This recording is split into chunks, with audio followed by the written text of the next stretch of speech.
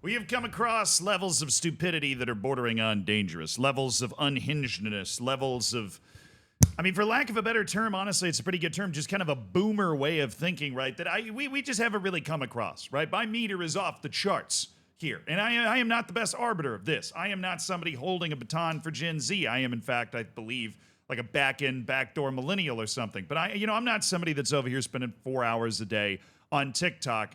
You know, my brain, I try to keep it from rotting as much as possible, as impossible as that might be in the modern environment. But every once in a while, you see somebody say something so disconnected, so incredibly out of pocket, and then they'll say something that you can like clearly trace back to, you know, some certain echo chamber on the internet. You're like, now I got it. Now we're talking about somebody that maybe you haven't thought about in a little while. Somebody whose name I'd only heard about once or twice kind of in my life, right? Because right as I was starting to really get into football, right, and pay attention to it and stream and talk about it all the time. And you pay attention to it, but pay attention to it in a way where you know everybody.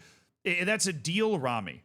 Now, if you don't know who Adil Rami is, he is somebody that had a long professional career that ended in 2023. He made 36 appearances for the French national team and was on the French national team through 2018, right? So this is a guy that managed to win a World Cup, or he was at least, you know, on the team at a World Cup winning level, which, you know, for most people, that's a fantastic time. Now, granted, he's probably a little salty about the fact that he was the only unused outfield player in that tournament, which is just a wild distinction when the squad is literally only 23 people. But hey, being on the World Cup winning team is a hell of a lot better than not being on the World Cup winning team. So he has that going for him. But why am I talking about Adil Rami now? I'm talking about Adil Rami now because he is apparently streaming on Twitch. I guess, you know, you have a long, successful professional career, you got to find some to occupy your time with. He's decided streaming on Twitch is the thing that he wants to do.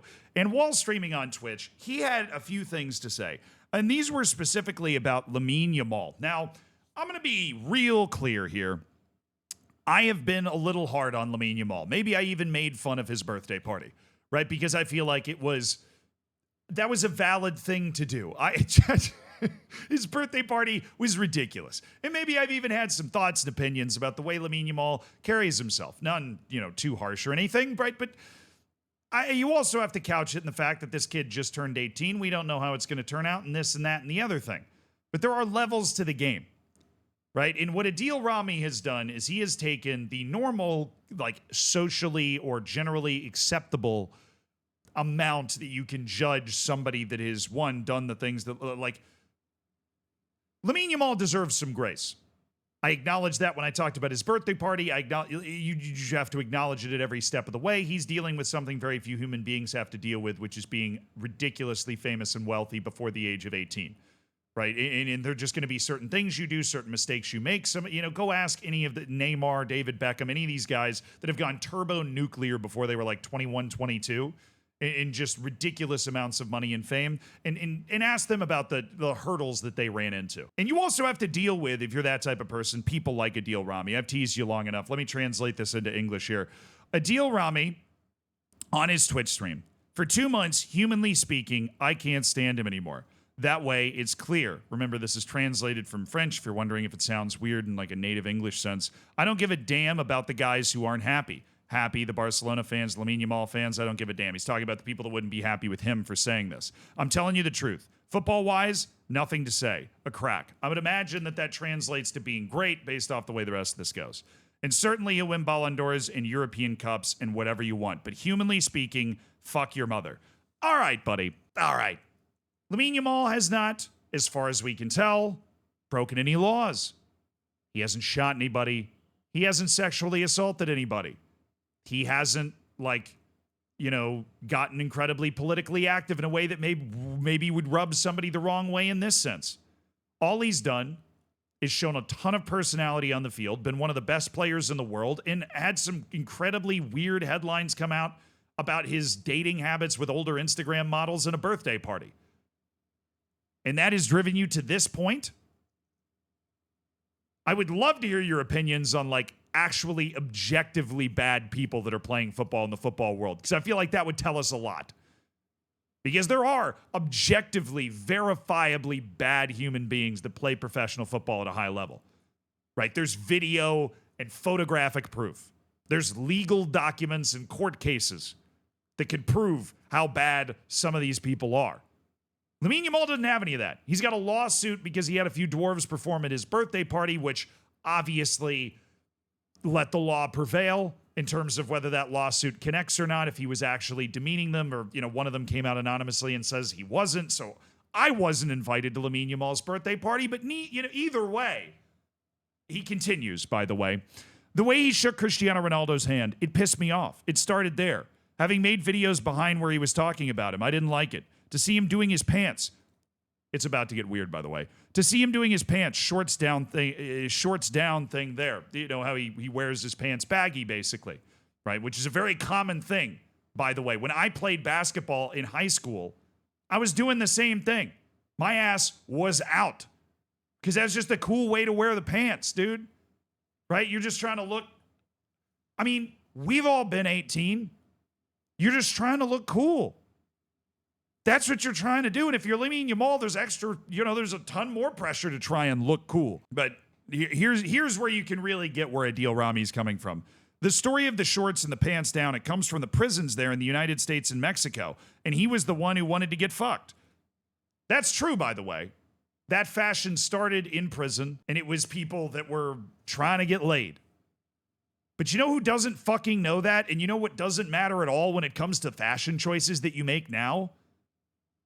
Well, Lamine Yamal probably doesn't know that. And even if he did, like when I was in high school, I knew that's where it started, but now everybody is wearing their pants like that just because it's fucking cool. Last time I checked, Lamine Yamal isn't hanging out with Danny Alves in prison. All right? I can't even begin to understand how this is relevant. It is so unbelievably irrelevant. Right? This is the type of person that walks into a Walmart and gets mad at, the teenager for wearing the baggy shorts.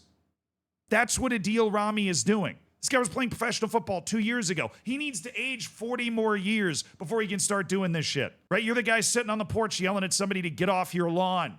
People used to wear suits on planes. Well, they don't anymore. Times change. I don't even know why, but there isn't the social pressure to not wear baggy pants, and the baggy pants look cool. And then they weren't for a while, and now they're like cool again. So that's why Lamine Yamal's wearing them. He's one of the reasons they're cool, but he didn't do it because he's like, hey, you know what? I'm trying to get fucked in a Mexican prison. He's not. He's never even been to Mexico, as far as I'm aware. There are things that concern me. He throws parties and people are already talking about his parties. Just wait, you fucking idiot. I mean, yeah, like obviously I expressed some concern about his trajectory based off his parties, but that's where this should stop. You don't need to call him a fucking idiot or anything. He arrives, he comes, he takes the number 10 and he earned that number 10 a lot more than you earned that fucking World Cup that you didn't play a minute during. Let's stop talking about who took it, who earned for a second. You earned your way onto the French national team. He earned his way into the Barcelona team. He earned the number 10.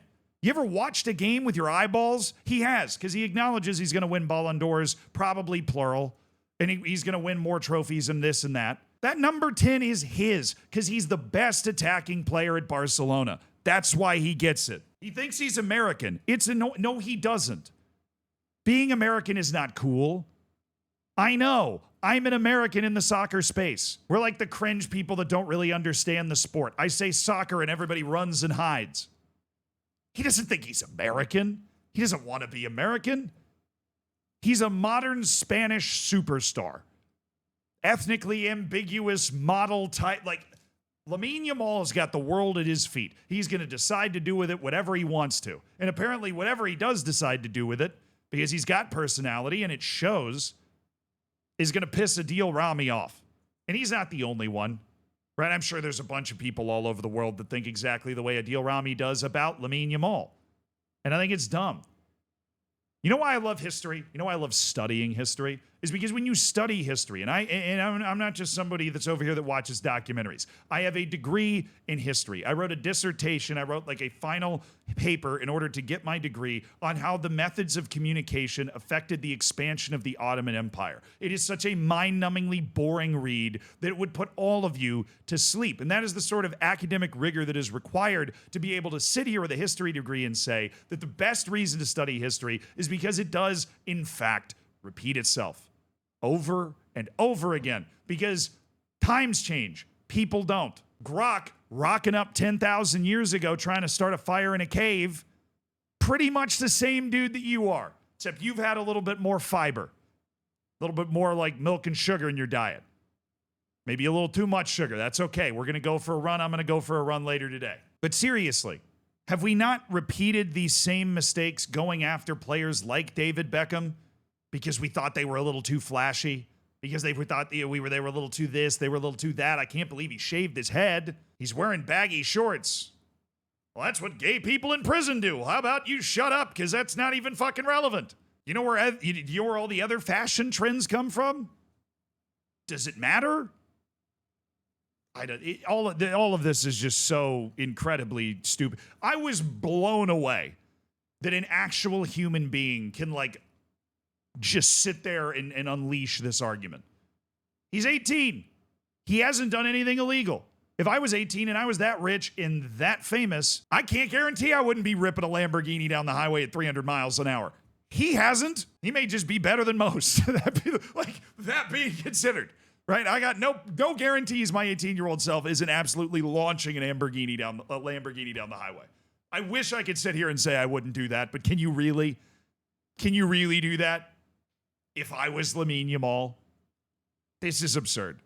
We got, you can, at least in my opinion, talk about what somebody like Lamine Yamal is doing, but to really go after him, like the whole fuck your mother and go the whole 9 yards with it, he just hasn't done anything remotely close. I think it's unhealthy as a society to do something like that for somebody that is so young, who hasn't done anything remotely close enough to that.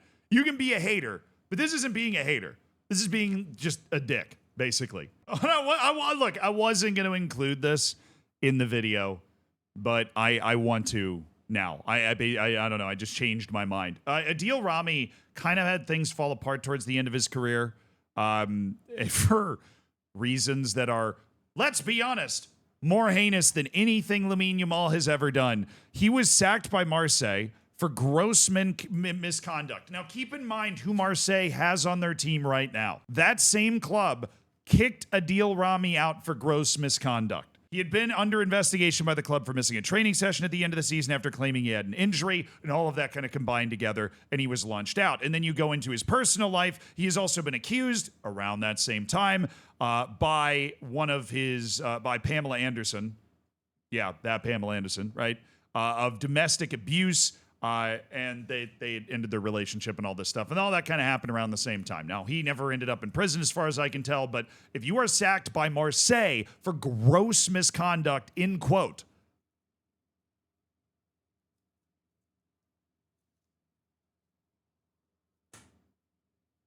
I mean, really?